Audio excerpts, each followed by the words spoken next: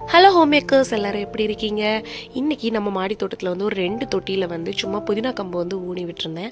அது சூப்பராக தளைஞ்சு வந்துருந்துச்சு. இன்றைக்கி வந்து உரிய நேரத்தில் உதவுவான் நண்பன் அப்படிங்கிற மாதிரி இன்றைக்கி எனக்கு புதினா தேவைப்பட்டுச்சு. ஆனால் என் ஹஸ்பண்ட் புதினா கடையிலேருந்து வாங்கிட்டு வரலை. நல்ல வேலை, நான் வளர்த்த செடி எனக்கு கை கொடுத்த மாதிரி நிறைய புதினா தளைஞ்சி சூப்பராக கிடச்சிருந்துச்சு. என்ன அப்படின்னா சிக்கன் தான். சிக்கன் செய்யும்போது இந்த மல்லித்தலை புதினா தலை ரெண்டுமே இல்லைன்னா அவ்வளோதான், அப்படி ஒரு சாட்டிஸ்ஃபேக்ஷனே ஆகாது.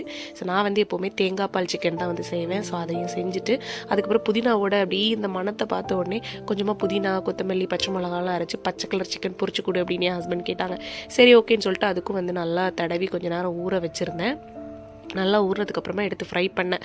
என்ன தான் நம்ம பச்சை கலரில் மசாலா அரைச்சி போட்டு பொரிச்சாலும் ஃப்ரை ஆக அதோட கலர் என்ன பச்சை கலர்லேயே இருக்குது, வேறு கலரில் மாறதான் செய்யுது. ஆனால் டேஸ்ட்டு மட்டும் மாறவே இல்லை. புதினா ஃப்ளேவர் அப்படியே இருந்தது. அதுக்கு கூடவே கொஞ்சம் பச்சை மிளகா, பெல்லாரி எல்லாம் கட் பண்ணி போட்டாச்சு.